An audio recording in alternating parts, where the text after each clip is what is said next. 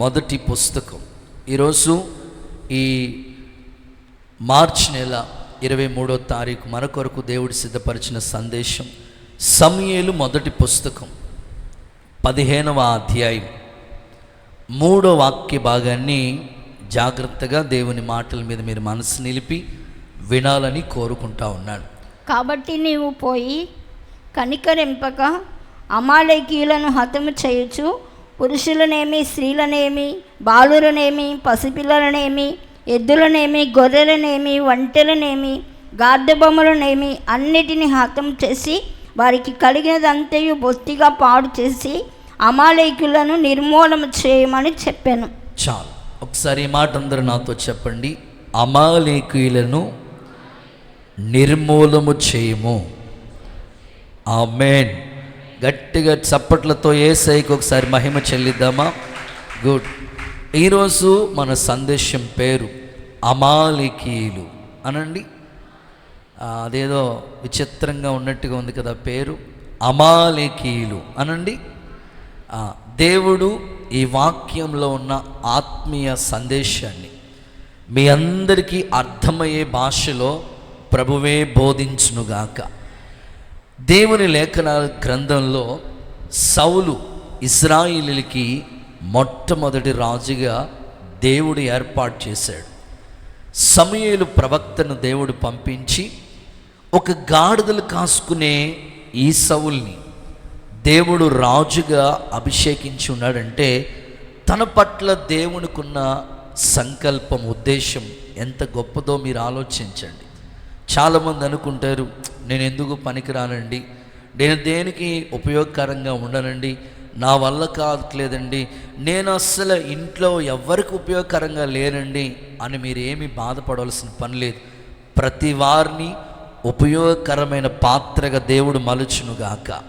ఒక గాడిదలు కాసుకునేవాడినే దేవుడు తన దైవజనుల ద్వారా, ప్రవక్తల ద్వారా అభిషేకించి ఆశీర్వాదకరమైన ఇశ్రాయేలుని పరిపాలించే మొట్టమొదటి రాజుగా దేవుడు నిర్ణయించాడు. వాస్తవంగా దేవుని నిర్ణయం చాలా గొప్పదే.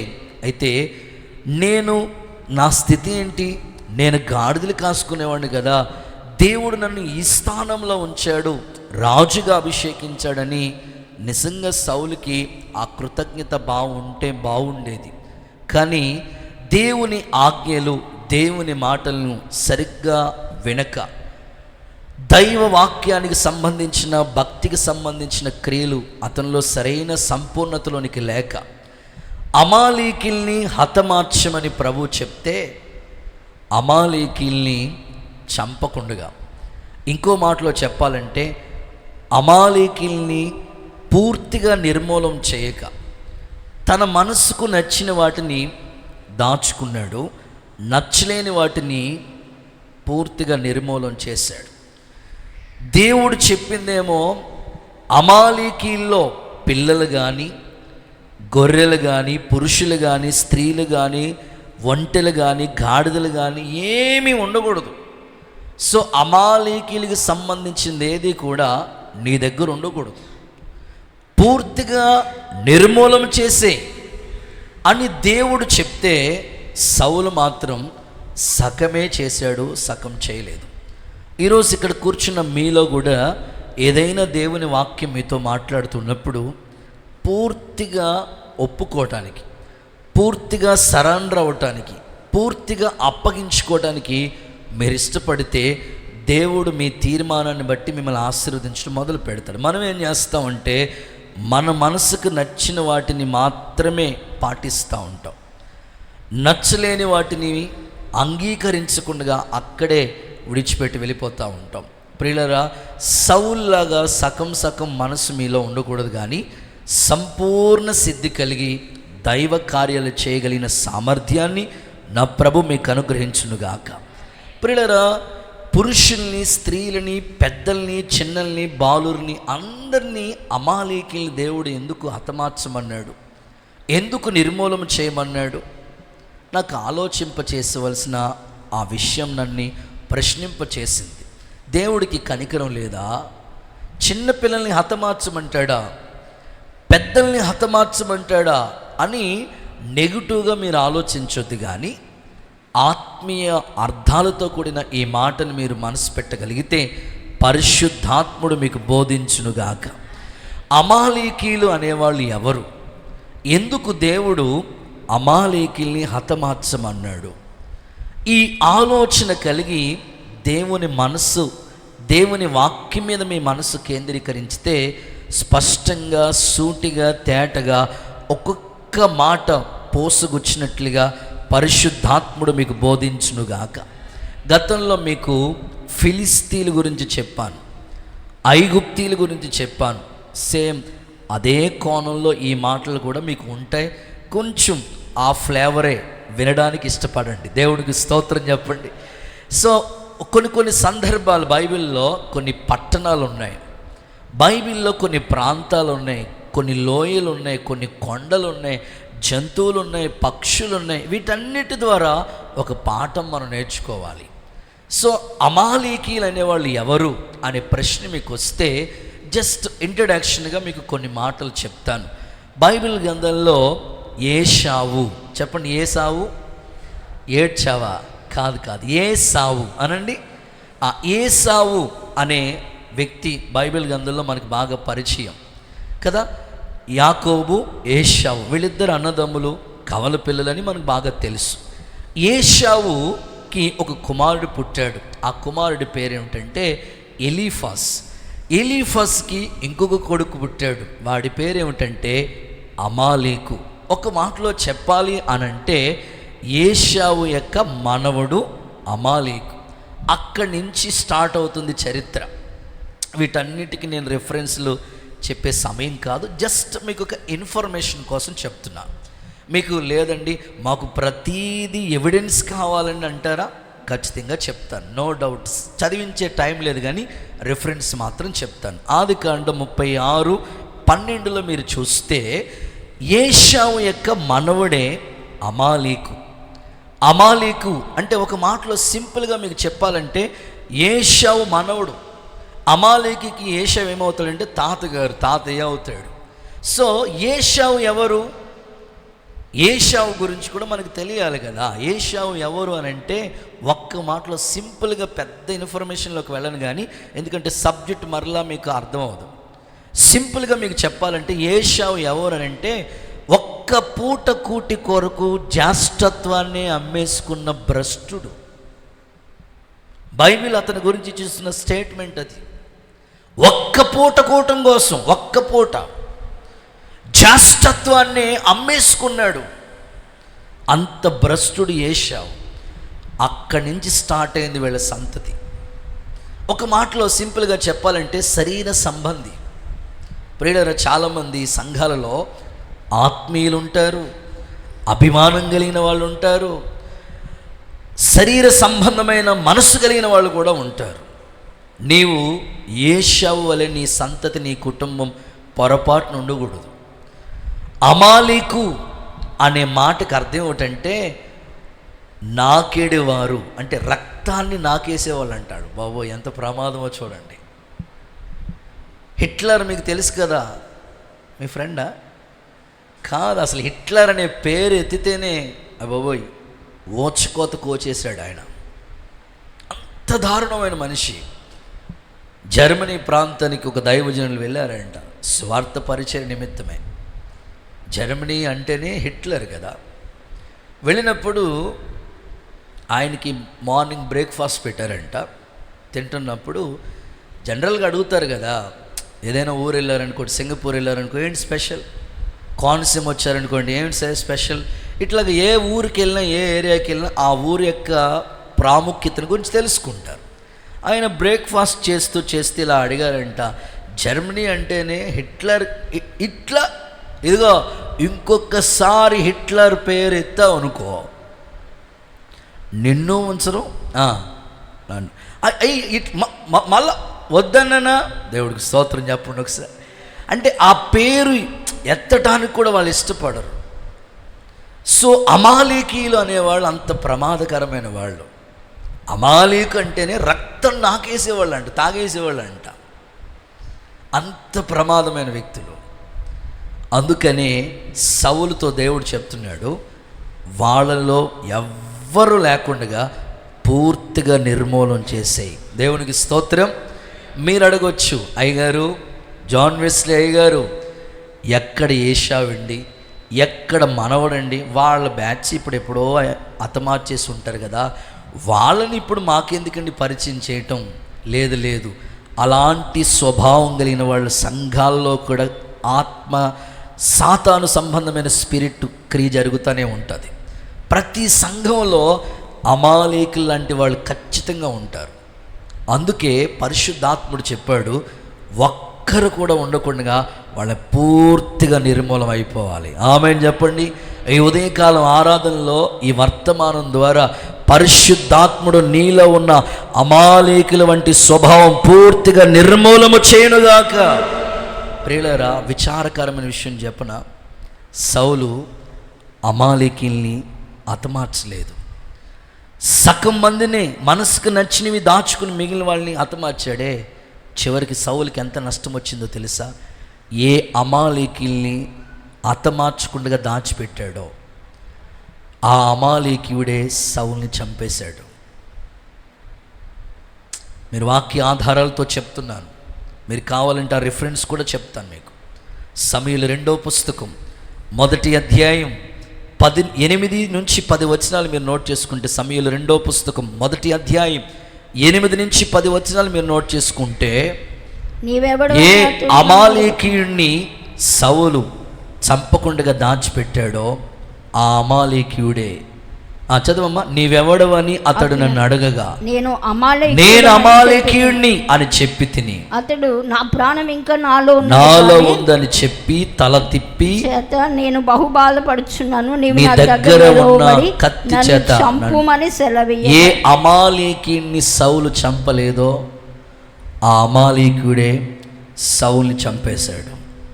జాగ్రత్తగా ఈ మాటలు మీరు వినాలి. ఇంకా నీలో ఏ పాపాన్ని నువ్వు విడిచిపెట్టకుండా ఉన్నావో ఆ పాపమే నిన్ను పట్టుకుంటుంది. ఏ అతిక్రమం అనే ఊబిలో ఉన్నావో అదే నిన్ను నేలపాలు చేస్తుంది. ఏ హ్యాబిట్ నీలో ఇంకా దాగి ఉందో అదే నిన్ను ముంచే ప్రమాదం ఉంది. అందుకనే ఈరోజు ఒక వర్తమానం, ఒక హెచ్చరికతో కూడిన వర్తమానం. ఇంకా నీలో శరీర సంబంధమైన అమాలేకీలు ఉండకూడదు. నువ్వు ఆత్మ సంబంధుడువు, ఆత్మ సంబంధంగానే మారాలి. పరిశుద్ధాత్ముడు నీకు క్రియ జరిగించునుగాక. ఈ మధ్యకాలంలో ఒక డాక్టర్ గారు మాట్లాడుతూ వారు ప్రభువుని తెలుసుకున్నారు. నేను సువార్త పరిచయ నిమిత్తం వెళుతున్నప్పుడు పరిచయం అయ్యారు. అయ్యగారు బాగున్నారా అని అడిగారు. బాగున్నానయ్యా, పరిచర్య ఎలా ఉంది? బాగానే ఉందయ్యా. అయ్యగారు ఒకసారి హాస్పిటల్కి వచ్చి ప్రార్థన చేయండి అని చెప్పారు. క్రిస్టియన్ డాక్టర్ ఆయన. సరేనని వెళ్ళాను. హాస్పిటల్లో వెళితే పేషెంట్లు అందరూ ఉన్నారు. ప్రతి వార్డులో ఒక్కొక్క క్యాలెండర్, వాగ్దానంతో కూడిన క్యాలెండర్స్ పెట్టారు. అక్కడ అన్ని వాగ్దానాలలో ఒక వాగ్దానం, నిన్ను స్వస్థపరిచే యెహోవాను నేనే అని ఒక వాగ్దానం ఉంది. అక్కడే ప్రక్కనే నీ పాపమే నిన్ను పట్టుకుంటుంది. దేవుడికి స్తోత్రం చెప్పండి. ఒక ప్లస్, ఒక మైనస్, ఒక హెచ్చరిక, ఒక ఎంకరేజ్మెంట్. ప్రతి వార్డులో కూడా ఒక్కొక్క వాగ్దానం పెట్టాడు, ఒక హెచ్చరిక పెట్టాడు. చదువుకుంటా వచ్చాను, ప్రార్థన చేశాను. ఆ డాక్టర్ గారు వెళ్ళిపోతున్నప్పుడు నాతో చెప్పిన మాట, సార్, సో వీళ్ళు వచ్చారే, వీళ్ళ బంధువులు 1 నెల క్రితం హాస్పిటల్కి వచ్చారయ్యా. పూర్తిగా ఈ పండగ సీజన్లో ఫ్రెండ్స్తో తిరిగి తాగి మైమరిచిపోయి డబ్బులంతా ఒళ్ళంతా గోల చేసుకున్నాడు. అంత అమౌంట్ పోగొట్టేసుకున్నారు. నేను ఆల్రెడీ చెప్పానయ్యా, ఇదిగో ఇది లాస్ట్ ఛాన్స్. ఇప్పుడు కానీ మీరు తాగుడు మానటం మానకపోతే ఇక మరలా మీరు హాస్పిటల్కి రారు. డైరెక్ట్ సమాధి పెట్టిలోకి. నేను అక్కడే ఉన్నాను. ఆయన దేవుణ్ణి నమ్ముకున్నాడు. ఫ్రెండ్స్ సర్కిల్ తో కలిసి ఆ అలవాటు అతన్ని ఏ చెడ్డ హ్యాబిట్ అతనిలో ఉందో పూర్తిగా లివర్ పాడైపోయింది అయ్యారు. ఇక ఛాన్స్ లేదు, అవకాశం, ఇది లాస్ట్ అవకాశం. వింటాడా గుడ్, వింటాడా మంచిది, లేకపోతే ఇక ఛాన్సే లేదు, అవకాశమే లేదు. ఈరోజు కూడా దేవుని మందిరంలో ఇక్కడ మీరు అందరూ కూర్చుని ఉన్నారు.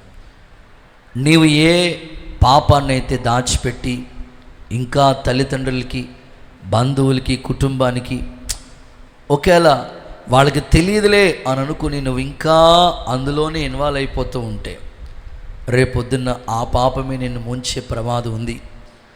ఏ అమాలేకీయుడిని సౌలు చంపకుండా హతమార్చకుండా ఉంచాడో ఆ అమాలేకుడి చేతిలోనే సౌలు చనిపోయాడు.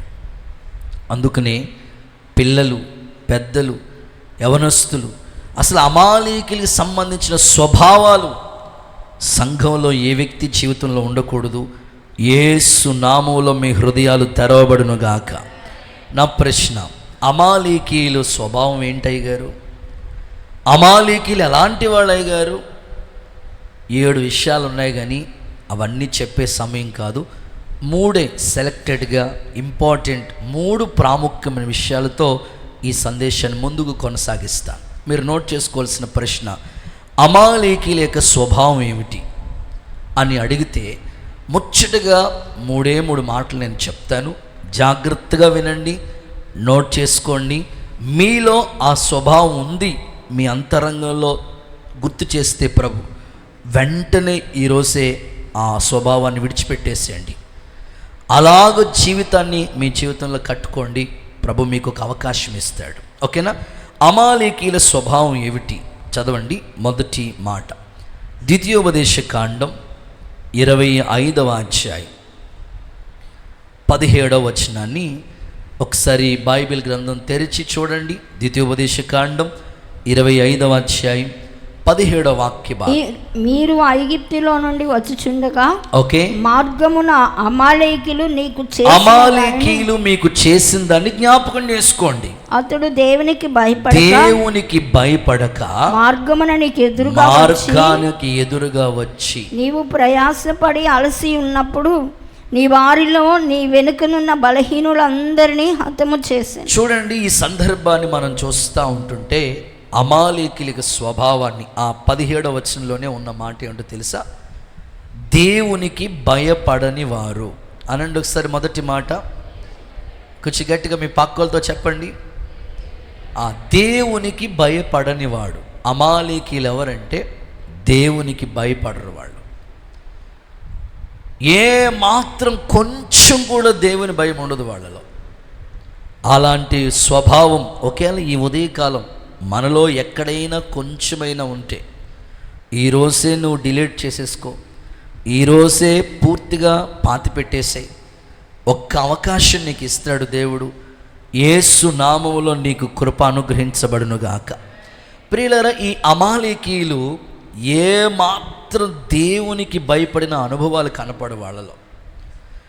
ఎలాంటి వాళ్ళకైనా కొంచెం కాకపోయినా కొంచెమైనా భయం ఉంటుంది.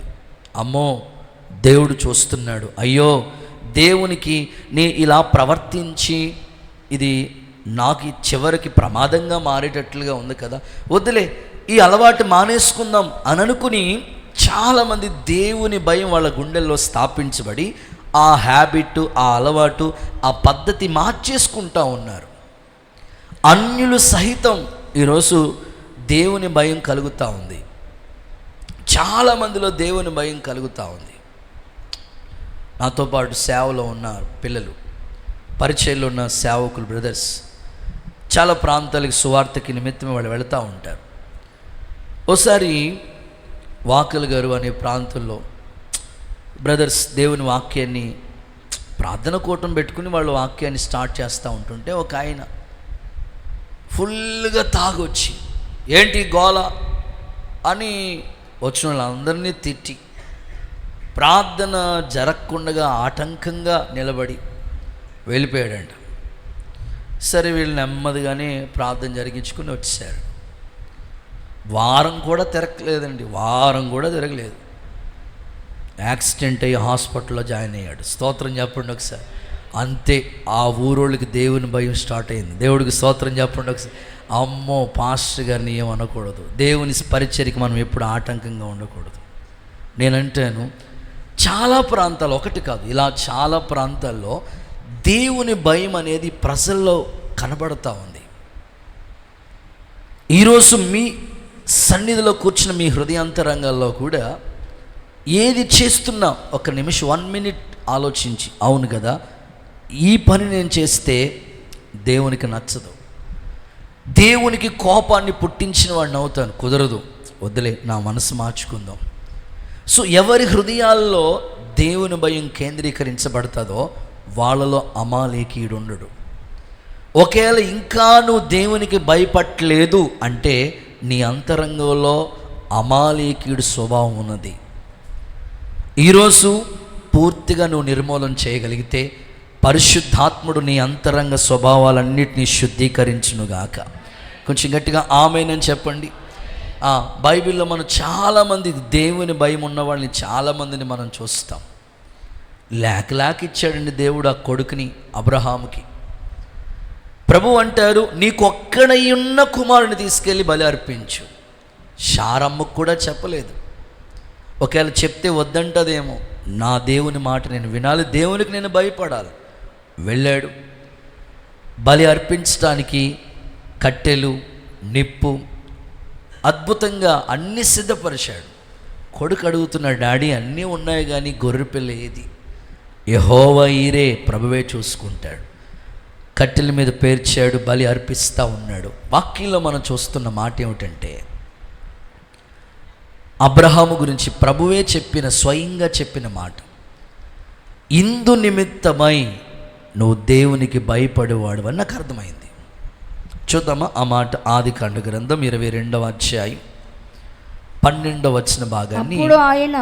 ఆదికాండ గ్రంథం 22వ అధ్యాయం 12వ వాక్య భాగాన్ని. చిన్నవాని మీద చేయి వేయకుము, అతన్ని ఏమీ చేయకుము, అతని ఏమీ చేయొద్దు, నీకు ఒక్కడైన నీ కుమారుని నాకీయ వెనుక తీయలేదు గనుక నీవు దేవునికి భయపడువాడువని ఇందువలన నాకు కనబడుతుంది. నీకు ఒక్కడయ్యున్న కుమారుణ్ణి నాకు ఇచ్చే విషయంలో వెనక్కి తీయలేదు కదా, నువ్వు నిజంగా దేవునికి భయపడేవాడు అని నాకు అర్థమవుతుంది.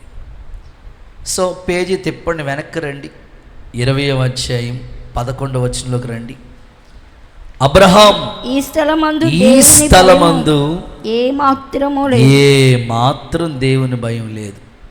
ఏ స్థలం అది? గెరారు అనే ప్రాంతంలో ఏ మాత్రం దేవుని భయం లేదు. ఓకే, సబ్జెక్ట్లో ఆలోచిద్దాం. కొన్ని ప్రాంతాల్లో ఇప్పటికీ కూడా దేవుని భయం ఏ మాత్రం లేని ప్రాంతాలు ఉన్నాయి ప్రియులారా. కొంతమంది హృదయాల్లో ఒక చిన్న లోపం, అమ్మో దేవుడు చూస్తున్నా, ఆ దైవ భయం వాళ్ళలో క్రియేట్ అయిపోతుంటుంది. ఈరోజు నీ అంతరంగంలో ఏ మాత్రం దేవుని భయం లేకుండా మాత్రం ఉండొద్దు. ఒకవేళ అలా ఉంటుంటే అది నీది కాదు స్వభావం, అది అమాలేకుడి స్వభావం.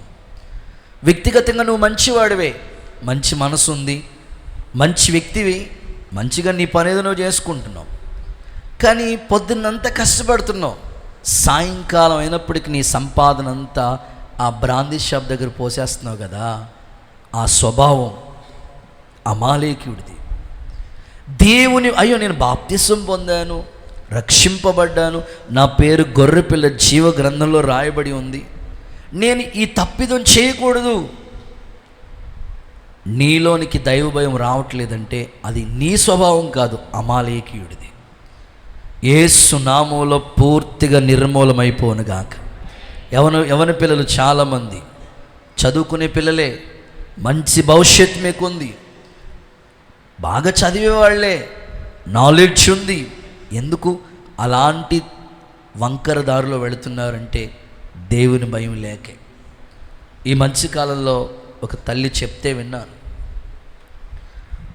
వివాహానికి అన్ని ఏర్పాట్లు చేశారట, వాళ్ళు సిద్ధమయ్యారు, వీళ్ళు సిద్ధమయ్యారు, వాళ్ళ బంధువులట, అన్ని వైభవంగా జరుగుతున్నాయి. పంతులు గారు కూడా వచ్చేసారట. నెత్తి మీద బెల్లం, ఏంటది, జీలకర్ర, రెడీ, ఓకే. ఇక ఏవో చదివి పెళ్ళి చేస్తాడు ఆయన. వెంటనే ఆ పాప అలా కళ్ళు తిరిగినట్లుగా అలా పడిపోయిందట. పెళ్లి కూతురు వాళ్ళ తల్లిదండ్రులు కంగారు పడిపోయి జాగ్రత్తగా తీసుకెళ్ళి, అయ్యగా పంతులు గారు ఓ 10 నిమిషాలు ఆగండి, ఓఆర్ఎస్ పట్టించి తీసుకొస్తామని. ఇంక ఒకటే తీసుకురావటం. అలా తీసుకెళ్ళి హాస్పిటల్లో జాయిన్ చేశారు. ఇంకట్టే వెళ్ళిపోయింది. ఏమైంది డైరీలో రాసుకుందంట. ఏమైందంటే కాలేజీలో ఉండగా ఎవరినో ప్రేమించిందంట. ఆ ప్రేమ ఫెయిల్ అయిందని అంతే, తల్లిదండ్రులు కూడా చెప్పకుండా ఇష్టం లేని పెళ్లి చేస్తున్నారు నాకు అని ఎవరో స్నేహితురాలతో పంచుకుంటే చెత్త ఐడియాలు ఇస్తారు కదండి. నువ్వు ఏదో తినేసి ఏదో తాగేసి వాళ్ళని నీకు ఇష్టం లేని పెళ్లి చేయరు అని గన్నేరు పప్పు తినేయమందంట. దేవుడికి స్తోత్రం చెప్పండి. ఇంకట్టే సంగతులు. తల్లిదండ్రుల్ని భయపెడదామని ఈరోజు చాలామంది తల్లిదండ్రుల్ని భయపెట్టాలని నేనంటే యవ్వన పిల్లలతో ప్రత్యేకంగా మాట్లాడుతున్నాను. నీ భవిష్యత్తు పాడు చేసుకోవద్దు. చాలా మంచి భవిష్యత్తు ఉంది నీకు. వాళ్ళు చెప్పే మాటలు విని దేవుని భయం లేకుండా తిరగొద్దు. యేసు నామములో నీ హృదయం తెరవబడును గాక. కొంచెం గట్టిగా ఆమేనని చెప్పండి. సిలువలో దొంగకి ఎంత దైవ భయం వచ్చిందండి. ఒకడేమో దూషిస్తూ ఉన్నాడు, రే ఇది మనకు తగదు. ఒక వ్యక్తి అంటాడు, మనం ఆయన్ని చిన్న మాట అనటానికి కూడా యోగ్యులం కాదు. ఆయన మన కొరకే ఈ సిలువ త్యాగం చేశాడు. చాలామంది సిలువకు వ్యతిరేకంగా ఎంతోమంది దైవ భయం లేకుండా ఉంటున్నారు, ఇష్టానుసారంగా మాట్లాడుతున్నారు. ప్రభు వాళ్ళ మనోనేత్రాలు వెలిగిస్తాడు. అమాలీకీల వంటి స్వభావం యేసు నామములో పాతి పెట్టబడునుగాక, కృప విస్తరించునుగాక. కొంచెం గట్టిగా ఆమేనని చెప్పండి. కొన్ని ఉదాహరణలు మీకు చెప్తాను. కొంతమంది స్మోకింగ్ చేసే అలవాటు ఉంటుంది. ఎవరికి కనబట్టలేదులే అని అనుకుని అలాగ స్మోకింగ్ చేసుకుంటూ వెళ్తుంటే దేవుని మందిరం కనబడుతుంది. అమ్మో దేవుడు యేసుప్రభు చూస్తాడు అనుకుని ఆ సిగరెట్ కాస్త వెనక్కి వెళ్ళిపోతుంది. వాళ్ళ ఉద్దేశం ఏంటంటే యేసుప్రభుకి వెనకాల ఏం కనబడదని. ఆయన హృదయ రహస్యాలు అన్నీ తెలుసు ఆయనకి. వెనకాల కనబడదనేం కాదు, నీ ముందు అన్ని సమస్తం ప్రభువు తెలుసు. నీ హృదయంలో ఏముందో కూడా ప్రభువుకి తెలుసు. ఎక్కడెక్కడ ఏం దాచావో కూడా ప్రభువుకి తెలుసు. అందుకని ప్రభువుకి కనుమరుగైంది ఏమీ లేదు. దానికి అంత స్పష్టంగా తేటగా కనబడుతూ ఉంది. ఆమేన్ చెప్పండి ఒకసారి. హల్లెలూయా. ఇంకొంచెం హుషారుగా హల్లెలూయా. కొంతమందికి ఇలా అనుకుంటారు, దేవుడికి కనబడదులే అని అనుకుంటారు. మీకు సింపుల్గా ఉదాహరణ చెప్తాను, వింటారు, మీకు బాగా ఇలాంటి విషయాలు అర్థమవుతాయి కాబట్టి చెప్తున్నాను. ఒక ఆయనకి చక్కగా పాముని పెంచే అలవాటు ఉందంట.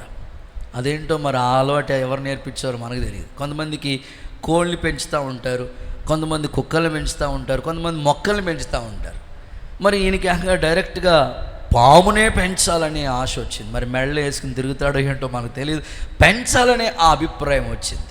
దాని కొరకు ఒక పెట్టి ఒకటి చెక్క పెట్టి ఒకటి రెడీ చేశాడు. దాంట్లో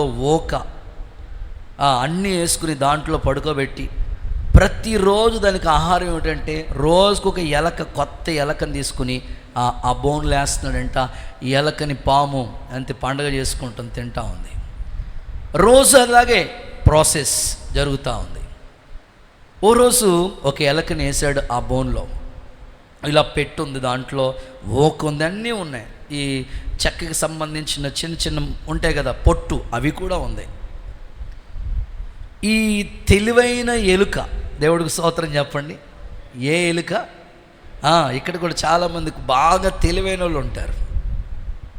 తెలివైన ఎలుక ఎంత బాగా తెలివైన ఎలుక అంటే, నేను ఈ పాము చేతికి చిక్కకూడదు అని అనుకుని ఈ ఎలకని ఎప్పుడైతే ఆ బోన్లో వేసాడో పాము అప్పటికి అలిసిపోయి ఉన్నట్టుంది, పడుకుంది. నేను పాముకి కనపడకూడదు అని అనుకుని అక్కడున్న పొట్టు ఉంటుంది కదా, ఆ పొట్టంతా పాము పైన వేస్తూ ఉంది. ఎవరు? పిల్లలు వినాలి జాగ్రత్తగా. పొట్టంతా తీసుకెళ్ళి పాము పైన వేస్తుంది, కనపడకూడదు. నేను పాముకి కనపడకూడదు. చెక్క పొట్టు ఉంటుంది కదా, ఆ పొట్టు కూడా పాముకి కనపడకుండా అలా తలకాయ మీద మొత్తం అంతా కప్పేసింది. అనుకున్నది, అమ్మయ్య ఈ రోజు నుంచి నేను పాముకి మాట్లాడండి. మీలో కూడా చాలామంది మా అమ్మకి తెలియదు, మా నాన్నకి తెలియదు, మా అన్నయ్యకి తెలియదు, మా జాన్ వెస్లాండ్కి అసలు తెలియదు, యేసు రక్తమే జయం. కృపకి తెలియదు, ఓకే, మాకు తెలియకపోవచ్చు, దేవుడికి సమస్తం తెలుసు. ఓకేనా? నేను పాముకి కనపడలే అని అనుకుని మొత్తం అంతా కప్పేసిందంట ఆ ఎలక, తెలివైన ఎలక. పాము పడుకుంది, నిద్రలోంచి మెలకు వచ్చింది, అలా లేచింది. ఇలా లేచిన వెంటనే కళ్ళ ముందే బ్రేక్ఫాస్ట్, కష్టపడకుండా బ్రేక్ఫాస్ట్, ఎలుక రెడీగా ఉంది. లడుక్కుని పట్టుకుని గుడుక్కుని మింగేసింది. ఈరోజు ఈ సంగతి నేను మీకు ఎందుకు చెప్పానంటే, ఓకే, నీకున్న అలవాట్లు, నీకున్న హ్యాబిట్స్ మీ ఇంట్లో తెలియకపోవచ్చు, కనపడకపోవచ్చు, సేవకులుగా మాకు కనపడకపోవచ్చు, కానీ దేవుడు చూస్తున్నాడు. నువ్వు ఏ పాపమనే ఊబిలో ఉంటావో అది పట్టుకుంటుంది. అందుకనే ఈరోజు దేవునికి భయపడు. అమాలేకుడి స్వభావాన్ని విడిచిపెట్టేసే. యేసు నామములో నీ హృదయం తెరవబడునుగాక. ఏమండి, యోసేపు దగ్గర ఎవరున్నారు? వాళ్ళ అమ్మ ఉందా? వాళ్ళ నాన్నగారు ఉన్నారా? వాళ్ళ పాస్టర్ ఉన్నారా? ఏమంటే వారం రోజులు మీతో ఉండలేం కదా మేము. ఆదివారం వస్తారు, మళ్ళీ ఆదివారం ధర కనిపిస్తారు. ఈ వారం అంతా మీరు ఎక్కడికి వెళ్తున్నారో, ఏం చేస్తున్నారో మాకు తెలియదు. కానీ దేవుడు చూస్తూ ఉన్నాడనే భయం ఉండాలి కదా. యోసేపు దగ్గర ఎవరు లేరు, పోతీఫర్ కూడా లేడు అక్కడ. పదే పదే బలవంతం చేస్తూ ఉంది పోతీఫర్ భార్య. ఎవరికి భయపడ్డాడు యోసేపు అంటే దేవుని భయమే. కొన్నిసార్లు పాపం మిమ్మల్ని ప్రేరేపిస్తూ ఉంటుంది, కొన్నిసార్లు అవకాశాలు ఇస్తూ ఉంటుంది. దేవునికి భయపడతా ఉండి హాస్టల్లో చదువుకునే పిల్లలకి మరీ పర్టికులర్గా చెప్తున్నాను ఈ మాటలు. మీకు తల్లిదండ్రులు చాలా దూరంలో ఉంటారు, సేవకులు చాలా దూరంగా ఉన్నారు, బంధువులు చాలా దూరంగా ఉన్నారు. నేను ఇక్కడ ఎలా ఉన్నా అనుకోవద్దు. నీ పేరెంట్స్ ఎందుకు హాస్టల్కి పంపించారు? ఇంటి దగ్గర ఉంటే సరిగ్గా చదవేమో, కార్పొరేట్ స్కూల్లో బాగా చదువుతాయేమో, కాలేజీలో బాగా చదువుతామని నీకోసం 1000 రూపాయలు ఫీజులు కట్టి వాళ్ళ తినకో ప్రయాసపడి ఇంత నీ కొరకు సిద్ధపరుస్తూ ఉంటుంటే నువ్వు చాలా జాగ్రత్తగా చదువుకోవాలి. దేవునికి భిన్నంగా, తల్లిదండ్రులకి భిన్నంగా నువ్వు ఎప్పుడు ప్రవర్తించవద్దు. ఎగ్జామ్స్ రాస్తున్న పిల్లలు మరింతగా మీ గుండెల్లో దైవ భయం వచ్చునుగాక. యేసు నామములో కృప విస్తరించబడునుగాక. ఏమండి, మంత్రసానులు దేవునికి భయపడ్డారండి. ఫరో ఆజ్ఞ ఇచ్చాడు, మగపిల్లోడు పుట్టాడా వాడిని చంపేసేయండి, ఆడపిల్లలు పుడితే బ్రతకనివ్వండి. ఎందుకు అలాగా? ఫరోకి ఆ మనసు ఎందుకు వచ్చింది అంటే, నేనే రాజు, ఇంకెవడు రాజు ఉండకూడదని. కానీ మోషే పుట్టినప్పుడు ఆ సిచ్యువేషన్ అలా ఉన్నప్పుడు మంత్రసానుల్లో దేవుని భయం వచ్చిందంట. చూడండి ఆ మాట, నిర్గమకాండం 1వ అధ్యాయం 17వ వాక్య భాగాన్ని చూస్తే, అయితే ఆ మంత్రసానులు దేవునికి భయపడి ఐగుప్తు రాజు తమకు ఆజ్ఞాపించినట్లు చేయక మగపిల్లలను బ్రతకనేయగా. దేవునికి భయపడి వాళ్ళలో ఎంతగా దేవుని భయం వచ్చిందో చూడండి. ఈరోజు ప్రతి క్షణం, ప్రతిసారి, ప్రతి చోట నువ్వెక్కడున్నా, అమ్మో నా దేవుడు నాతో ఉన్నాడు. నా పేరెంట్స్ నాకు దూరంగా ఉండొచ్చు, దేవుడు మాత్రం ఉన్నాడు. నేను ఇలా ఉండకూడదు. ఆ అమాలేకుడి స్వభావాన్ని పూర్తిగా నిర్మూలన చేసి దేవునికి భయపడు. బైబిల్ చెప్తుంది, యెహోవా భయం వాళ్ళకి ఐశ్వర్యము. ఆమేన్ చెప్పండి ఒకసారి. దేవునికి భయపడుతున్న వాళ్ళకి ఎన్నో దీవెనలు ఉన్నాయండి. పరిశుద్ధాత్ముడు నీ అంతరంగంలో ఈ క్రియ ప్రారంభించునుగాక. కొంచెం గట్టిగా ఆమేన్ అందాం. రెండో మాటలకు వచ్చేస్తున్న సెకండ్ వన్, అమాలేకీలు ఎవరు? వాళ్ళ స్వభావం ఏమిటి? ఒకటి, దేవునికి భయపడినవాడు. నువ్వు అలా ఉండొద్దు. ఏ విషయంలో అయినా దేవునికి భయం. ప్రత్యేకంగా భార్య భర్తలు కూడా భర్తని గురించిన గౌరవం, భార్యని గురించిన బాధ్యతలు, సో ఇంటిని గురించిన మరింత బాధ్యత కలిగి, అమ్మో దేవుని భయం ఎప్పుడు మన గుండెల్లో ఉండాలి. సేవకులుగా మేమైనా, విశ్వాసులుగా మీరైనా, మనమందరం ప్రభు న్యాయపీఠం ఎదుట నిలబడాలి. అలాంటి దైవ భయం మన గుండెల్లో దేవుడు స్థాపించునుగాక. సెకండ్ వన్, రెండవదిగా అమాలేకీలకు ఉండే స్వభావం ఏంటి అనంటే, సమూయేలు మొదటి పుస్తకం 30వ అధ్యాయం 18వ వాక్యం చూడండి. సమూయేలు మొదటి పుస్తకం 30వ అధ్యాయం 18వ వచన భాగం. దావీదు అమాలేకీయులను దోచుకొని పోయినా, దావీదు అమాలేకీలు దోచుకుని పోయినా దాని అంతటిని తిరిగి తెచ్చుకున్నాడు. మరలా అంతటిని తీసుకుని తెచ్చుకున్నాడు. సో రెండవది, దోచుకునేవారు అనండి ఒకసారి మీ నోటితో. కొంచెం గట్టిగా చెప్పాలి, కుర్చీల మీద ఉన్న వాళ్ళు చెప్పాలి. దోచుకునేవారు. వినపట్లేదు, గట్టిగా. దోచుకునేవారు. సో ఈ స్వభావం ఎవరిది?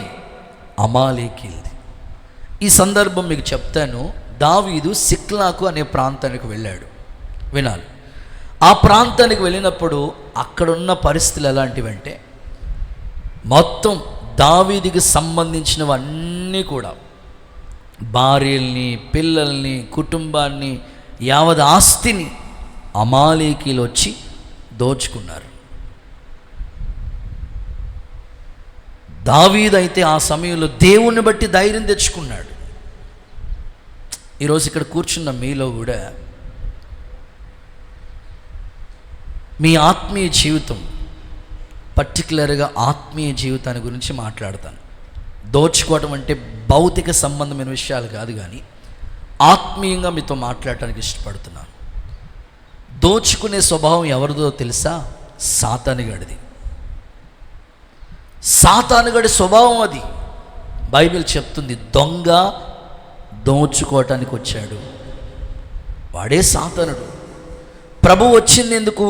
నిత్య జీవాన్ని ఇవ్వటానికి. ఈరోజు ఆత్మీయులైన మీరు మీ జీవితాన్ని ఒకసారి పరిశీలించుకోండి. నిజమే కదా, సాతానుగాడు నా ఆత్మీయ జీవితాన్ని దోచేసుకుంటున్నాడు. అంతే కదా. యెరూషలేము నుంచి యెరికోకు దిగొచ్చేస్తూ ఉంటుంటే దొంగోడు రెడీగా ఉన్నాడు. కొర ప్రాణంతో కొట్టి వస్త్రాలు దోచేసుకున్నాడు కదా. రక్షణ. ఈరోజు చాలామంది ఆత్మీయ జీవితాన్ని సాతానుగాడు దోచేసుకుంటున్నాడు. ఇంకో మాటలో చెప్పనా, నీ విలువైన సమయాన్ని సాతానుగాడు దొంగిలిస్తూ ఉన్నాడు. 24 hours 24 గంటల సమయం నీకు ఇచ్చాడు దేవుడు. ఈరోజు చాలామంది టైం అంతా వేస్ట్ చేసుకుంటున్నారు. సమయాన్ని సద్వినియోగం చేసుకోకుండా దుర్వినియోగం చేసుకుంటున్నారు. ఎందుకు అలాగ టైం పాస్ చేస్తున్నారంటే, నీ స్వభావం కాదు, అమాలేకుడు నీలో ఉన్నాడు. సమయాన్ని దోచుకునేవాడు. ఆత్మీయంగా మాట్లాడుతున్నాను. దావీదు ఉన్నాడా? ఎక్కడుండాలి? ఉంటే యుద్ధం జరుగుతుంది అక్కడ. యుద్ధ భూమిలో ఉండవలసిన వాడు మిద్ది మీద ఏం పని? ఈరోజు యవనస్తులు ఉండవలసిన చోటు ఉండట్లేదే. నీకేం పని? అనవసరంగా నీ టైం, అవును కదా, నాకు ఇక్కడ ఏం పని, నాకు ఏంటి ఆ పని ఏంటి, ఈ సమయాన్ని నేను వ్యర్థం చేసుకో, ఆ ఆలోచన రావట్లేదు వాళ్ళకి. ఫ్రెండ్స్ దగ్గర, బంధువుల దగ్గర, స్నేహితుల దగ్గర అనవసరంగా టైం అంతా వేస్ట్ చేసుకుని చివరికి ఎటు కాకుండా క్వశ్చన్ మార్గం అలా వద్దు. వాస్తవంగా యుద్ధం జరుగుతున్నప్పుడు యుద్ధంలో ఉండాలి ఆయన. యుద్ధంలో లేడు, సమయం అంతా వృధా. ఈరోజు చాలామంది టయాన్ని సద్వినియోగం చేసుకోవట్లేదు. 2025 మార్చి 23 మళ్ళా రాదు, మళ్ళా సండే రావచ్చు, కానీ ఈరోజు రాదు మరలా నీకు. సమయాన్ని నీ దగ్గర నుంచి సాతాను గడు దోచుకుని వెళ్ళిపోతున్నాడు. ఒకసారి అందరూ హల్లెలూయా చెప్పండి. బైబిల్ చదవడానికి ఒక సమయం నీకు ఇచ్చాడా? వాక్యం చదవటానికి నీ సమయాన్ని సద్వినియోగం చేసుకో. ఎడ్యుకేషన్, చదువు గురించి నీ సమయాన్ని సద్వినియోగం చేసుకో. ప్రార్థన చేసుకోవడానికి ఒక సమయం కేటాయించుకో. పరిచర్య చేయటానికి, దేవుని పని చేయటానికి సమయాన్ని మాత్రం సద్వినియోగం చేసుకోకుండా దుర్వినియోగం చేసుకోవద్దు. నీ సమయాన్ని సాతానుగాడు దొంగిలిస్తూ ఉన్నాడు. దోచుకునే స్వభావం వాడిది. చాలామంది దేవుని పిల్లలు దేవునికి ఇవ్వాల్సిన సమయం దేవుడికి ఇవ్వకుండా ఆ సమయాన్ని దొంగిలిస్తూ ఉన్నారు. ఒక ఉదాహరణ చెప్తాను, మీకు బాగా అర్థమవుతుంది. 2 చేతులు చాపి హల్లెలూయా అని చెప్పండి. హుషారుగా హల్లెలూయా చెప్పండి. ఇంకా 2 చేతులు కనబడట్లేదు నాకు. Very good. మీకు అర్థం అవడం కోసం చెప్తాను. ఒక సేవకులు హౌస్ విజిటింగ్, గృహ దర్శనాలు చేయడానికని వెళ్ళారంట. వెళితే ఆ తల్లి సేవకుల యొక్క ఆసక్తిని వారు మధ్యాహ్నం ప్రయాసతో వచ్చారు మా ఇంటికి అనుకుని, ఆ సమయానికి ఆ తల్లి దగ్గర ఉన్నది దేవుని పరిచర్య కొరకని, అయ్యగారు సేమియా కాసిన తాగండి. అమ్మ వద్దమ్మా, అందరి గృహాలు అరగంటకి ప్రతి ఇంటికి ఒక రోజుకి నేను మ్యాక్సిమం ఒక 30 ఇల్లులైనా దర్శిస్తూ వచ్చాను. వెళ్ళిన చోటల్లా ఏదో ఒకటి తీసుకోవాలంటే మేమేమైపోవాలి? దేవుడికి స్తోత్రం చెప్పండి. అలా అర్థం చేసుకోరు కదా మీరు. అవునులేండి, మా ఇంటి దగ్గర ఎందుకు తాగుతారులే అండి, మా ఇంటి దగ్గర ఎందుకు అట్లా అనుకోకండి తల్లులారా. అందరింటి దగ్గర తింటాం, అందరింటి దగ్గర తాగుతాం. మీరందరూ నాకు ఇష్టమైన వాళ్ళే. దేవుడిచ్చిన ఒక గొప్ప విలువైన ఆత్మలుగా నేను ఎప్పుడు భావిస్తూ ఉంటాను. కానీ మమ్మల్ని కూడా మీరు అర్థం చేసుకుంటా ఉండి, వద్దు అంటే డ్రాప్ అయిపోతే మరీ మంచిది. దేవుడికి స్తోత్రం. లేదండి తినండి అని అంటే ఇంకా అంతే సంగతులు కదా. హాఫ్ అన్ అవర్కి ఇప్పుడు మిషన్ ఉందనుకోండి, మిషన్లో ఎన్ని వేయాలో అన్నీ. ఇప్పుడు మీ గ్రైండర్ ఉంది, అది 1/2 కేజీ పప్పు, కేజీ ఎంత బరీ, ఒక 5 కేజీలు పప్పు అయితే అది లోపల బ్లేడ్లు ఏమైపోతాయి చెప్పండి. సో పాప ఈ తల్లిగారు సేవకులు వచ్చారు అభిమానంతో, సేమియా వద్దమ్మా, లేదయ్య గారు కనీసం ఒక 2 స్పూన్లు అయినా, సర్లే పాపం ఏదో చేయాలనుకుని పాపం ఆయన తిన్నారట. సేమియా తిన్నారు. తిన్న తర్వాత ఆ తల్లి యొక్క ఆత్మీయ జీవితాన్ని చూస్తూ ఉన్నాం. అవును కదా, సేవకులు మన ఇంటికి వచ్చినప్పుడు చూసేది ఏంటంటే, మీకు సోఫా ఉందా, వాషింగ్ మిషన్ ఉందా, ఫ్రిడ్జ్, ఇవి కాదు కానీ మీరు బైబిల్ చదువుతున్నారా, ప్రార్థన చేసుకున్నారా, మీ కుటుంబ పరిస్థితులు ఎలా ఉన్నాయి అని మేము అడుగుతాం. మీ గురించి తెలుసుకుని ఏదైనా ప్రేయర్ రిక్వెస్ట్ ఏంటమ్మా అడుగుతాం, ప్రార్థన చేసి వస్తాం. సరే, సేవకులు అలాగా అడిగి, అమ్మ ఎట్లా ఏంటి మీ పరిస్థితి అని కొన్ని అడిగి కొన్ని మాటలు చెప్పి ప్రార్థన చేసి వెళ్తానమ్మా అని ప్రార్థన చేసేసి వచ్చారంట.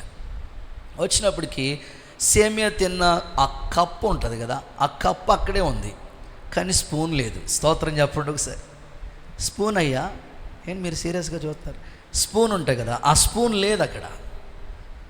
మొత్తం మీద తల్లి అంతా వెతుక్కుంది. అయ్యో పాష్ గారు వచ్చారు, సేమియా పెట్టాను, కప్పు ఉంది కానీ మాట్లాడండి అమ్మ, స్పూన్ లేదేంటి అని అనుకుని ఎంక్వైరీ, సరే ఎక్కడైనా మిస్ అయిపోయి ఉంటుంది అనుకున్నా.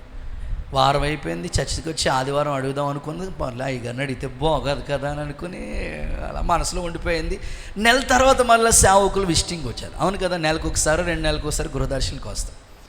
వచ్చిన తర్వాత ఆవిడ ఉండబట్టలాగా అందరి మధ్యలో చర్చి దగ్గర అడిగితే బాగోదు అనుకుని, ఆదివారం అడిగితే బాగోదు అనుకుని ఇంటికి వచ్చినప్పుడు అడిగితే, అయ్యగారండి మరి మొన్న మీకు సేమియా కాసి ఇచ్చానండి, ఒక క్యాసెట్ అంతా మీకు చెప్పక్కర్లేదు కదా, అర్థమైపోయింది కదా, కప్పు ఉంది కానీ స్పూన్ లేదు, ఏమైపోయిందండి. అయ్యగారు అన్నారంట, అమ్మ నువ్వు బైబిల్ చదువుతూ ఉంటావా అన్నారు. ఎందుకు చదువు? పొద్దున్న లేచినంటే దండం పెట్టుకుని చదువుతానండి, నాకు ఖాళీ దొరికినప్పుడు అలా చదువుతానండి. సరే అమ్మ ఒకసారి నీ బైబిల్ తీసుకురా అని ఆ బైబిల్ తీసుకొస్తే, బైబిల్ వెనకాల జిప్పులో ఆ వెనకాల కవర్ ఉంటుంది కదా, అందులో ఆ స్పూన్ దాచాడంటే పాస్టర్ గారు. స్తోత్రం చెప్పండి ఒకసారి. నెల రోజుల తర్వాత వచ్చాడు వాళ్ళ ఇంటికి. ఆమె బైబిల్ చదివి ఎన్ని రోజులు అవుతుంది చెప్పండి. అసలు వాళ్ళు బైబిల్ చదువుతున్నారా లేదా టెస్ట్ చేద్దామని అయ్యగారు ఆ స్పూన్ అటుకి లానేం చేసుకుంటాడండి. మీకు అవగాహన కోసం చెప్తున్నాను. నెల రోజులైపోయింది ఆమె బైబిల్ తీసి. అసలు చదువుతుందో లేదో టెస్ట్ చేద్దామని అక్కడ పెట్టి వెళ్ళాడు ఆయన. మందిరానికి రావటం, మొఖాన్ని పాస్ గారు మొఖాన్ని అక్కడ బైబిల్ పడేయటం, మరలా వెళ్ళిపోవటం. నెల రోజుల నుంచి బైబిల్ తీయట్లేదు. ఈరోజు నేను మిమ్మల్ని అడుగుతున్నాను, ఎన్ని రోజులు అవుతుందో బైబిల్ చదివి? టైం లేదు అయ్యగారు. ఇదే ఆన్సర్ ప్రతిదానికి. టైం లేదండి. ఉద్యోగానికి, చదువుకోవటానికి, వ్యాపారం చేయడానికి, పనులకి వెళ్ళటానికి. అసలు నీకు ఆరోగ్యం ఇచ్చే శక్తి వాక్యంలో ఉంది కదా. వారి సర్వశరీరానికి ఆరోగ్యం, ఎముకలకి సత్తువ వాక్యమే. సూపర్ స్పెషలిస్ట్ దేవుడే. ఏ డాక్టర్ అయినా భౌతికంగా కొంచెం వైద్యం చేయొచ్చేమో, కానీ నువ్వు ఎంత బలహీనత ఉన్నావు అలా 2 వాక్యాలు చదివి ప్రార్థన చేసుకో. ఆ వాక్యం నీ లోపలికి వెళ్ళి సర్వ శరీరానికి ఆరోగ్యాన్ని కలుగు చేయనుగాక, స్వస్థత కలిగించునుగాక. ప్రియులారా, నీ సమయాన్ని దోచేస్తున్నాడు సాతానుడు, అమాలీకీయుడు వాడు. నువ్వు అనుకుంటున్నావు ఈరోజు చదవకపోయినా పర్లేదులే, ఈరోజు ప్రార్థన చేసుకోకపోయినా పర్వాలేదులే, ఈరోజు దేవుని సన్నిధిలో లేకపోయినా, అలా అనుకోవద్దు. నీ దగ్గర నుంచి నీ సమయాన్ని దోచేస్తున్నాడు సాతానుడు. అందుకనే ఆ తల్లిని కూర్చోబెట్టి చెప్పారంట, అమ్మా నీ స్పూన్ పట్టుకెళ్ళి నేను ఏదో చేసుకోవటం కాదు, నీకు ఒక పాఠం నేర్పించాలని. బైబిల్ చదువు తల్లి. నాకు ఒక అన్న తెలుసండి, ఆయన నాతో చెప్పిన మాట, అన్నయ్య నా కంటు చూపు పోకముందే, నేను పోకముందే ఈ బైబిల్ కంప్లీట్ చేస్తానన్నయ్య. నిజమే కదా. వాక్యం మన చేతికి రావడానికి ఎంతోమంది ప్రయాసపడుతున్నారు. ఎంతోమంది మిషనరీలు ప్రాణాలు అర్పించాలు దీన్ని తర్జుమా చేయడానికి. నీకు సమయం దొరుకుతుంది. రిమోట్ తీసుకుని టీవీ దగ్గర, సీరియల్ దగ్గర, ఆ ప్రజల దగ్గర, ఆ అరుగుల మీద ఇక్కడెక్కడకు టైం అంతా దోచేసుకుంటున్నాడు సాతానుడు. ఇది అమాలేకీయుడి స్వభావం. నువ్వు గుర్తించు, గ్రహించు. పరిశుద్ధాత్ముడు నీ సమయాన్ని వృధా కాకుండా సద్వినియోగం చేసుకునే కృప నీకు దేవుడు దయచేయనుగాక. కొంచెం గట్టిగా ఆమేనని చెప్పండి. ఇప్పుడు భౌతికంగా కూడా చెప్తాను, స్పిరిచువల్గా చెప్పాను. నీ దగ్గర దోచుకునేవాడు సాతానుడని, దానికి రిఫరెన్స్ కూడా చెప్తాను. యోహాను సువార్తలో 10వ అధ్యాయం 8వ వచనంలో ఉంది, దొంగ దోచుకోవటానికి వస్తాడని. నీ దగ్గర విలువైన సమయాన్ని దోచేసుకుంటాడు సాతానుడు. ఓకే, ఇప్పుడు భౌతికంగా కూడా చెప్తాను. భౌతికంగా ఎలా అంటే, పరిశుద్ధ గ్రంథమైన బైబిల్లో ఒక సందర్భాన్ని మీకు పరిచయం చేస్తాను. యాకోబుకి 12 మంది కొడుకులు, ఒకే ఒక చెప్పండి కూతురు, లేక పుట్టింది ఒకే ఒక కూతురు. సరే, ఈమె పేరు దీనా. ఈమెకి ఏం గుర్తొచ్చిందో తెలియదు, కానీ విహారయాత్రకు వెళ్ళాలని ఆశ వచ్చింది. వెళ్ళింది. అక్కడ ఒక రాజు చూశాడు, అంతే మనసు పడ్డాడు. సో ఆమె లైఫ్ అక్కడితో స్పాయిల్ అయిపోయింది. ఈ విషయం వాళ్ళ అన్నలకు తెలిసింది. వాళ్ళు ఏం చేశారు తెలుసా? షిమ్యోను, లేవి వీళ్ళిద్దరు కలిసి ఆ ఊరి మీద పడి, ఆ ఊరిలో మగవుడే అనేవాడు ఒక్కడకుండా లేకుండా చేయాలని మొత్తం రక్తపాతం చేసేస్తారు ఆ ఊరు. ఇప్పుడు ఏం జరుగుతుందో తెలుసా? ఆ ఊరి మీద పడి వాళ్ళ దగ్గర ఉన్న వాటన్నిటినీ దోచేసుకున్నట్లుగా వాక్యంలో చూస్తాం. ఆదికాండ గ్రంథం 34వ అధ్యాయం 27వ వాక్య భాగం. ఆదికాండ గ్రంథం 34వ అధ్యాయం 27వ వాక్య భాగం. తమ సహోదరిని చెరిపినందున యాకోబు కుమారులు చంపబడిన వారు ఉన్న చోటకు వచ్చి ఆ ఊరు దోచుకొని ఆ ఊరినే దోచేసుకున్నారంట. దేవుడికి స్తోత్రం చెప్పండి. ఒకసారి గట్టిగా హల్లెలూయా చెప్పండి, హుషారుగా హల్లెలూయా. సో ఈ రోజుల్లో కూడా భౌతికంగా ఎంతోమంది కనపడతా ఉన్నారు. అది స్వభావం అమాలేకీయులది. నేను ఎప్పుడు చెప్తా ఉంటాను, నువ్వు కష్టపడింది 4 రూపాయలైనా పర్వాలేదు, నీ దగ్గర ఎప్పుడు అది శాశ్వతంగా ఉంటుంది. నువ్వు కష్టపడకుండా ప్రజెంట్ ఇప్పుడు జరుగుతుంది ఏంటంటే, దొంగతనాలు ఎక్కువ జరిగిపోతున్నాయండి. వాళ్ళు ఏమనుకుంటున్నారు తెలుసా? ఏం కష్టపడక్కర్లేదు, ఆ పొద్దున్నంతా ఒక ఏరియా తిరిగి ఎవరెవరు ఎక్కడ ఇల్లు తాళాలు వేసి ఉంటాయో సాయంకాలానికి వచ్చి బండెట్టుకు వెళ్ళిపోతున్నారు. వస్తువులు పట్టుకుపోతూ ఉన్నారు, బంగారాలు దోచేస్తూ ఉన్నారు. వాళ్ళు అనుకుంటుంది ఏమిటంటే మనం ఇలా చేస్తే డబ్బు వస్తుంది అనుకుంటున్నారు. చివరికి అది వాళ్ళ ప్రాణానికి ముప్పని తెలుసుకోవట్లేదు. భౌతికంగా ఎన్నో ఇలాంటివి జరిగిపోతున్నాయి. ప్రభు వాళ్ళ హృదయాలు అద్భుత రీతిగా ప్రభు వైపుకు త్రిప్పునుగాక. యేసు నామములో హృదయంలో మార్పు పరివర్తన వచ్చునుగాక. మీకు అర్థం అవటం కోసం ఒక వాక్యం చదివిస్తాను చూడండి. సామెతల గ్రంథం 28వ అధ్యాయం 24వ వచనం చూడండి. తన తల్లిదండ్రులు సొమ్ము దోచుకొని, అమ్మో అది ద్రోహం కాదు. కృపక్క ఒక్క నిమిషం అక్క, వన్స్ అగైన్ రిపీట్. సామెతలు 28:24. తన తల్లిదండ్రుల సొమ్ము, తమ తల్లిదండ్రుల సొమ్ము దోచుకుని అది ద్రోహం కాదని అనుకునేవాడు నశింపచేయువానికి నాశనం చేసేవాడికి జతగాడంట. మరలా అర్థమయ్యేటట్టుగా చెప్పనా, తల్లిదండ్రుల సొమ్ము దోచుకుని అది ద్రోహం కాదనుకునేవాడంట నశింప చేసేవాళ్ళకి జతగాడంట, వాడి ఫ్రెండ్ అంట.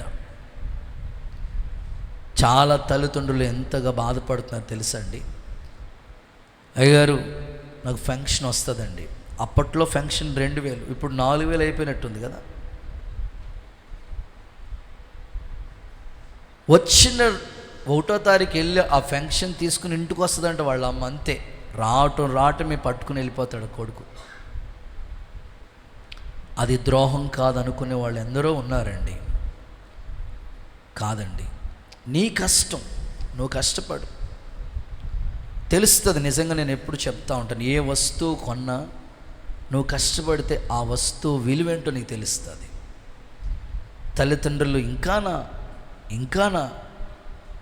20 ఏళ్ళు, 30 ఏళ్ళు, 40 ఏళ్ళు వయసు వచ్చిన ఇంకా పేరెంట్స్ మీదైనా వద్దండి. మన కష్టపడే శక్తి ఉంది, బలం ఇచ్చాడు దేవుడు. ప్రయాసపడదాం, కష్టపడదాం. నువ్వు కష్టపడి 4 రూపాయలైనా పర్వాలేదు, ఉంటుంది. దేవుడు నీకు ఆ మనస్సు దయచేయునుగాక. హుషారుగా హల్లెలూయా అని చెప్పండి. ప్రత్యేకంగా కూతుర్లకి చెప్తున్న మాటలు ఇవి. మిమ్మల్ని పెంచి పెద్ద చేసి ఒక అయ్యి చేతిలో పెట్టడానికి తల్లిదండ్రులు ఎంతో ప్రయాసపడ్డారు. కట్న కానుకలు అన్నీ ఇచ్చి పంపించేశారు. మరలా పుట్టింటికి వచ్చి మరలా ఆ 1/2 ఎకరం పొలం రాసిచ్చే, ఆ బిల్డింగ్ ఆస్తి నాకు వాటా ఉంది అడగొద్దు. నీకు వాళ్ళు ఇస్తే తీసుకో, తప్పేం లేదు. బైబిల్లో జలగకు 2 కూతుర్లు ఉన్నారంట. స్తోత్రం చెప్పండి. మహారాజు చెప్పాడు సొలొమోన్, జలగకు 2 కూతుర్లు ఉన్నారు. వాళ్ళ పేర్లు ఏంటో తెలుసా? ఇమ్ము, మాట్లాడట్లేదు ఇప్పుడు. ఆడబడుసులు అందరూ సైలెంట్ అయిపోయారు. అవసరం అందరూ అల్లెలో చెప్పండి అమ్మా. ఇమ్ము వద్దు, నీకు ఇస్తే తీసుకో. నీకు ఇచ్చారు, వాళ్ళు పెంచారు, నేను చేశారు, వద్దు, ఇంకా నీకు చాలు. ఇమ్ము అది వద్దు, అది జలగ స్వభావం. హల్లెలూయా చెప్పండి ఒకసారి. మగ పిల్లలు కూడా ఉంటారు. వాళ్ళ పరిస్థితి ఎలా అంటే సెల్ ఫోన్ పట్టుకునే ఉంటారు. వాళ్ళకి తినటానికి అన్నం లేకపోయినా పర్లేదు, నెట్ బ్యాలెన్స్ మాత్రం ఉండాలి. ఒకేలా వాళ్ళ ఫోన్ రీఛార్జ్ చేయించకపోతే ఇంకా ఆ రోజు ఇంట్లో ఉంటుంది, మామూలుగా ఉండదు అన్నమాట.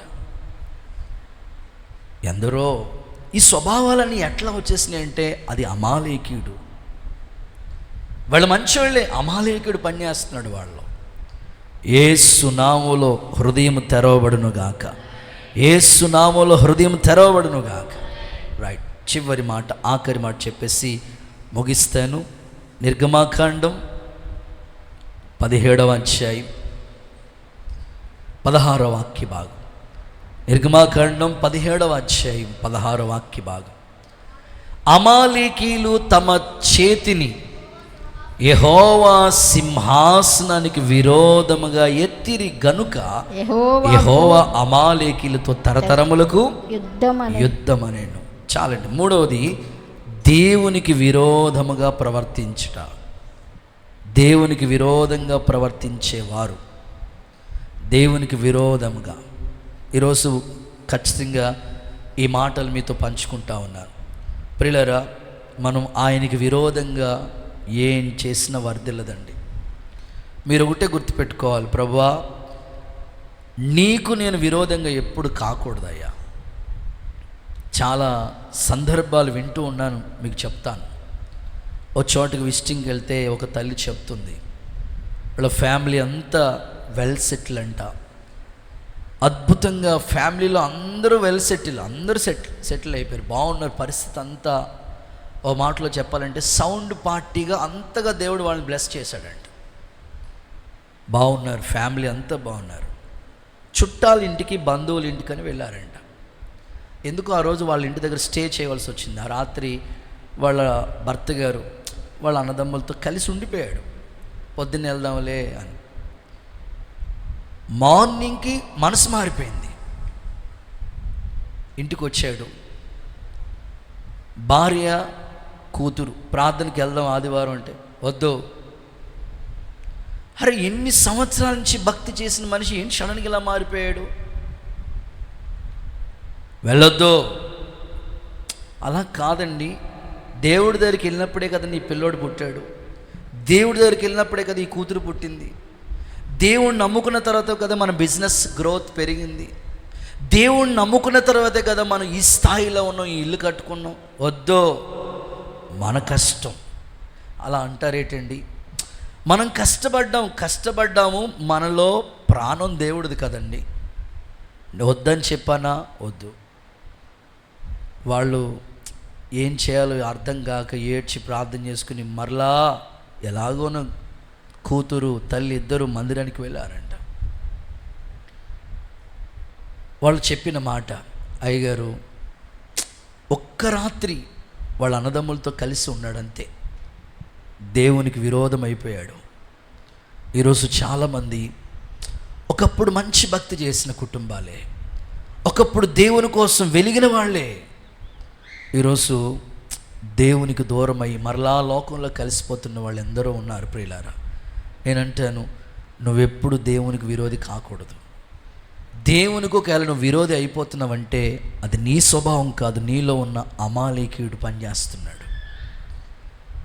బైబిల్ గ్రంథంలో మనం చూస్తే అబ్రహాము షారాకి పుట్టిన ఆ కుమారుడు ఇస్సాకు ఆశీర్వాదకారకుడయ్యాడు. అబ్రహాము హాగరికి పుట్టిన వ్యక్తి ఇస్మాయిల్. ఇస్మాయిల్ అనే మాటకు అర్థం ఏంటో తెలుసా? తిరుగుబాటు, వ్యతిరేకం. ఈరోజు చాలా కుటుంబాల్లో అన్ని వ్యతిరేకంగా మాట్లాడుతున్న వాళ్ళు ఉన్నారు. నేనంటాను, సేవ అనేది దేవదూతలు కూడా చేయటానికి అవకాశం ఇవ్వలేదు దేవుడు. ఒక గొప్ప దూతలు చేయలేని గొప్ప సేవ ఇది దేవుడు మనకిచ్చాడు. అది భాగ్యంగా భావించుకోవాలి. కానీ ఎప్పుడు దేవుని సేవకు విరోధంగా మనం మాట్లాడకూడదు.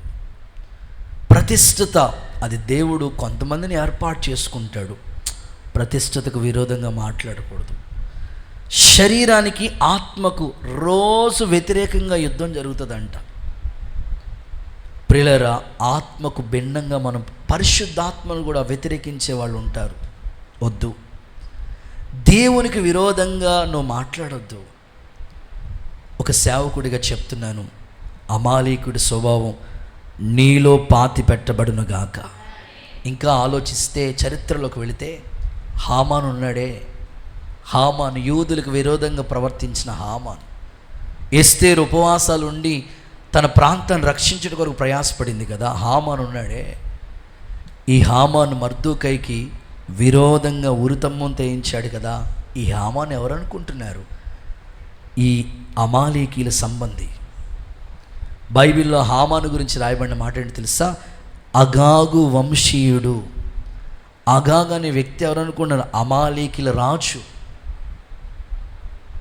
అందుకని ఈరోజు ఈ ఉదయకాలం పరిశుద్ధాత్ముడు నీతో మాట్లాడుతున్నాడు. విరోధ భావాలన్నీ అణిచివేయబడును గాక. కొంచెం గట్టిగా ఆమేనని చెప్పండి.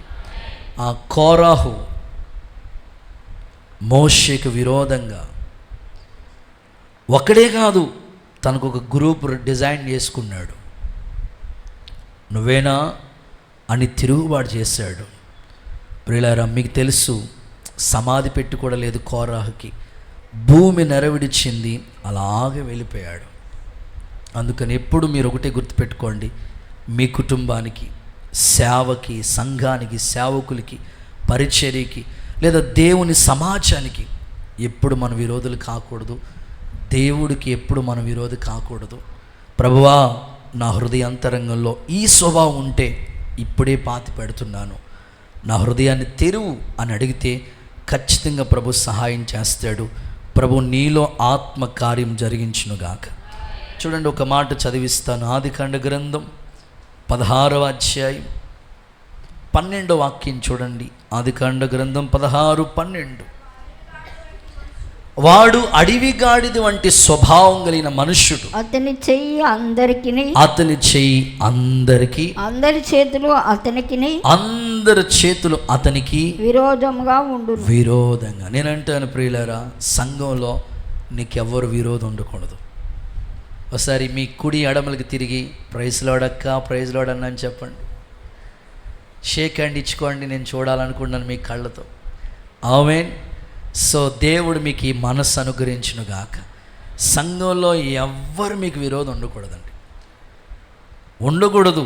మీ ఇంట్లో కూడా మీకు ఎవరు విరోధం ఉండదు. మా ఆయనే విరోధం. వద్దమ్మా, వద్దమ్మా, నిన్ను పెంచుతున్నాడు, పోషిస్తున్నాడు.